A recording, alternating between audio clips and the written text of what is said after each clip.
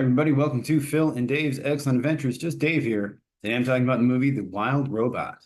This is going to be a spoiler review, so if you are concerned about spoilers, I would suggest go and watch the movie first before you watch this review. So The Wild Robot, animated film. It follows a robot who is shipwrecked on an uninhabited island who must adapt to the surroundings, build relationships with the local wildlife, and become the adoptive mother of an orphaned goose. As far as what I liked about the movie, overall, I thought the cast was great. I'm a big fan of Lupita Nyong'o, and I really liked her as Roz, the robot who has to take care of the baby. Pedro Pascal as Fink, the mischievous little fox, was also great. I really liked Kit Connor as Bright Bill. I'm not really familiar with him too much, but I think he did a good job as that voice. Boone Storm as Baby Bright Bill was also good. Catherine O'Hara, of course, always great. She was just in Beetlejuice. She's in this as the possum. Pinktail is her name. I like Bill Nighy. I'm a big fan of him as well. He plays Longneck, the old Canada goose who kind of leads the migration. Stephanie Sue as Vantra. I really liked her as well. I'm a big fan of Stephanie Sue. She was in Everything Everywhere All at Once. She's been in a bunch of stuff since then. She's always great, and I really, really liked the voice she did. It was a very, almost kind of reminded me of GLaDOS from Portal, which I'm a big fan of. So yeah, really like the voice. I really like this. It wasn't like too intimidating. It was like nice and friendly, but she was saying like very, terrifying things. It's a fun character. Mark Hamill, of course, is always great. He's in here as Thorn, the bear. Matt Berry, another great voice. I love Matt Berry. He was from the IT crowd, and he's been in a bunch of other stuff. He does a voice on Crapopolis, I think, but he's got a great sort of British voice. And yeah, I really like his voice. And Ving Rhames, also great voice. Ving Rhames is always good in everything. He's the Arby's. We have the meats guy, but he plays Thunderbolt as the owl, or yeah, Falcon, who teaches Bright Bill to fly. Great stuff, great voices. Overall, love all those actors. They did a great job with the voices. I really enjoyed it. I also really liked the music. It was by a guy named Chris Bowers. This is his first animated movie. But before this, he worked on Green Book, King Richard, and The Color Purple, the more recent Color Purple from a few years ago. Really liked the music. I thought it really fit the story, the animation, the theme, and the ideas very well.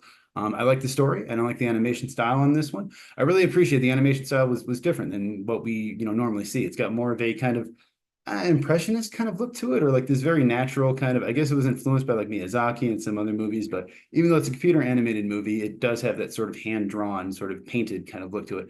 And I really enjoyed that. I also really like the character designs. I think they look really cool. I like the fox a lot, and I think Roz probably stuck out to me the most. I love robots, and there's only so much you can do with robots, I guess, but I like that they came up with something that was somewhat creative and original, but also somewhat familiar, and it worked for me. The movie is very cute. There's a lot of very cute little things that happen, especially with the little Gosling, the little goose. All that stuff is great. There's several times I kind of teared up because of the emotion and how sweet it was. It's very sweet. It's very cute. And it's also very funny. There's a lot of things that happen that are very funny. Some kind of kids jokes that are just, kind of, physical humor, slapstick kind of stuff. And then also some stuff that's a little more clever, but there's not I can remember. I don't remember any like fart jokes or any of that kind of stuff, which again, I'm not above a fart joke, don't get me wrong, but it's refreshing to see a kid's movie that's a little more intelligent, I guess, than what you sometimes see with some of these. I'm thinking of I guess like a Garfield movie or a Mario Bros. They probably didn't have fart jokes in them, honestly. Maybe they did. I don't remember. Either way. Yeah.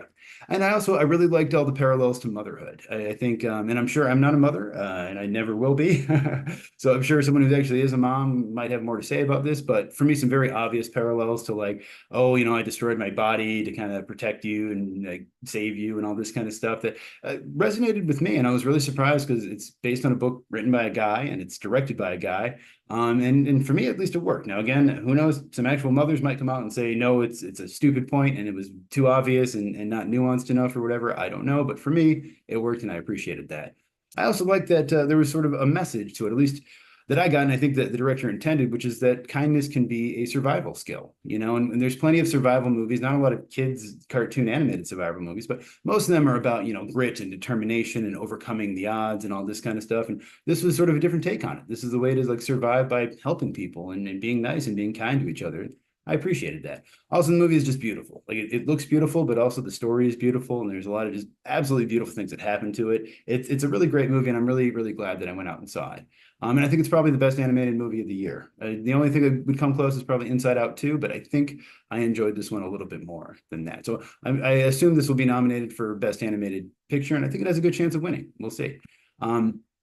far as what I disliked about it, I did find it just a little slow at the beginning. Just the sort of very beginning part when until I guess the goose, the gosling or whatever hatches, I was a little like, okay, what's going on here? Let's go on. And I think Roz by herself without anyone to interact with can be a little boring. You know, she does talk to herself and they find ways to keep it entertaining. But I thought it was weird that the Falcon Thunderbolt just kind of comes out of nowhere. They might have mentioned him briefly, but I feel like they could have at least given him a quick little scene or a little bit more of an explanation to all of a sudden, oh yeah, there's this scary falcon or owl or whatever that's going to teach you how to fly. And it's like, okay, where did this guy come from? Again, Ving Rhames, great. I like Ving Rhames, nothing against that, but just kind of came out of nowhere. And then Longneck, the goose leading him also, I'm like, did they introduce this guy before? Did he? I feel like maybe they did, but I don't really, he just again kind of seemed to come out of nowhere. And it's just like, oh yeah, we've been watching this kid. When were you watching this kid? When did that happen? Maybe it did. Maybe I missed it. Maybe they did show him in the corner and I just kind of overlooked it or something. But yeah, just a little bit more fleshing out of those two characters in particular, because they just kind of seem to come out of nowhere for me.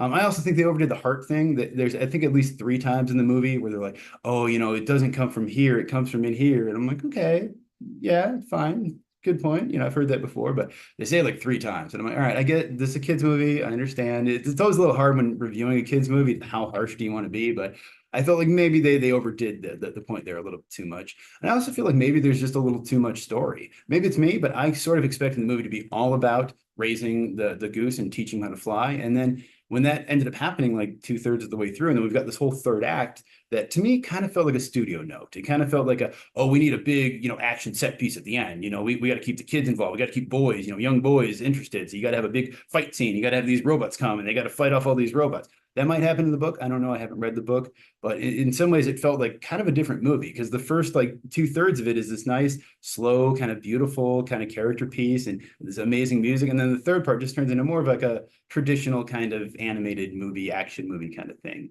Also, I like Maren Morris. She's got a couple songs like The Bones that I like and My Church. Fine songs. I have nothing against him, but her songs in this movie did not work for me. It was my first time hearing them, so maybe if I heard them another time, I would like them more. But Kiss the Sky and Even When I'm Not are the names of them. Yeah, they just didn't really work for me. I don't know. They just kind of sounded like very generic kind of bullshit, you know, Taylor Swift kind of country stuff that I don't really care for. So maybe it's just me. I don't know. Also, there's a post-credit scene, which I was, you know, I went and got refilled my drink and I said, oh, there's a post-credit scene. Let me go back. And I even saw like a kid and his mom went back too because they saw me go back. And we sat in there and waited to the end of the credits. And then it's like, someone throws an acorn or something. It's like not really, you know, it's funny, I guess. Not much to it. It wasn't really worth waiting, I guess, for it, is what I'm saying. And also, I didn't love the first trailer for this. When I saw it in the theater with my niece, and they were playing a song, I forget what song it is now, and you know, it was just it came across as a little pretentious to me. And I saw it and I thought, okay, that looks really good. But I asked my niece, who's 18, and she was like, nah. And I understand because, again, I think it's a smart way to market it, but I can understand it for most people who, you know, maybe wouldn't be drawn to this kind of movie. Yeah, I don't know. It kind of made me question it and a little worried about seeing it. So, other than that, movie is directed by Chris Sanders. He did Lilo and Stitch, How to Train Your Dragon, and both of those were co-written with Dean DeBlois. DeBlois? I don't know. He also did The Croods with Kirk D'Amico and Call of the Wild, the live-action one with Harrison Ford. He also voiced Stitch, which is kind of interesting. So that's cool. He writes all the stuff that he works on as well. So he wrote all of those movies. He also wrote this, but it's based on a book called The Wild Robot by Peter Brown. I've not read the book. Sounds interesting. I have a friend who's got kids who has, and she says that at least the first book is good. So I'll definitely have to check them out. Maybe I'll buy them for my nieces or nephews or something. Budget on this one, $78 million. So far, it's made $53.1 million. 35 of that was domestic. It was only projected to make like 24 to 30. So it did more than projections, so that's good. And I'm sure the movie's probably going to make its money back. So I'm sure they're happy with that. And it looks like it's doing quite well as far as critic scores and all that stuff. Rotten Tomatoes on this one, the critics are at 98%. And the audience is also at 98%. So it's a rare situation where you see critics and audiences are pretty much totally in agreement here. So that's cool. I didn't catch this until I read it on IMDb, but the name of the robot line, Rosm, is based off of Rosim's Universal Robots, which is the play that created the term robot. It was written by a Czech writer named Karel Čapek. He and his brother, Joseph, created the term robot. Introduced in English language and sci-fi, and it was the first time any play had like a mechanical humanoid type thing. It comes from a Slavic word meaning labor. Okay, that's cool. And in the books, there's two more books. It's The Wild Robot Escapes and The Wild Robot Protects. I haven't read those. I haven't heard of them yet. I don't know if they're planning on making more movies. It did look like, though, they may have left it open to a sequel. There were some changes made to the story for the film. In the book, Ross is in constant need of a task, but always in the wrong place and doesn't have anyone to give her tasks. So the director sort of changed that because he wanted to he didn't want it to become monotonous, and he wanted to make it so that Ross was constantly doing something interesting and compelling. And I sort of agree. There was a couple points where I felt like, again, when it was just Ross by herself, where I'm like, starting to get a little bored here. And then all of a sudden they would have something interesting happen. They would have a way for her to interact. She would find a video explaining stuff, or, there's some exposition or something. Yeah. So it did work for me, but I can see, I think it was a smart choice. And also Thunderbolt the Falcon is not in the novel. He was created entirely for the movie. So that's cool. It kind of makes sense because, like I said, he did kind of come out of nowhere. So, but I really like this movie. I think it's probably my favorite animated movie of the year so far. And I think as far as score goes, I'm going to give it a 9 out of 10. Thought it was great. I really, really liked it. So if you saw the movie, though, let me know what you thought of it down in the comments below. Thank you so much for watching. Hope you have a great night, and I will see you here again next week.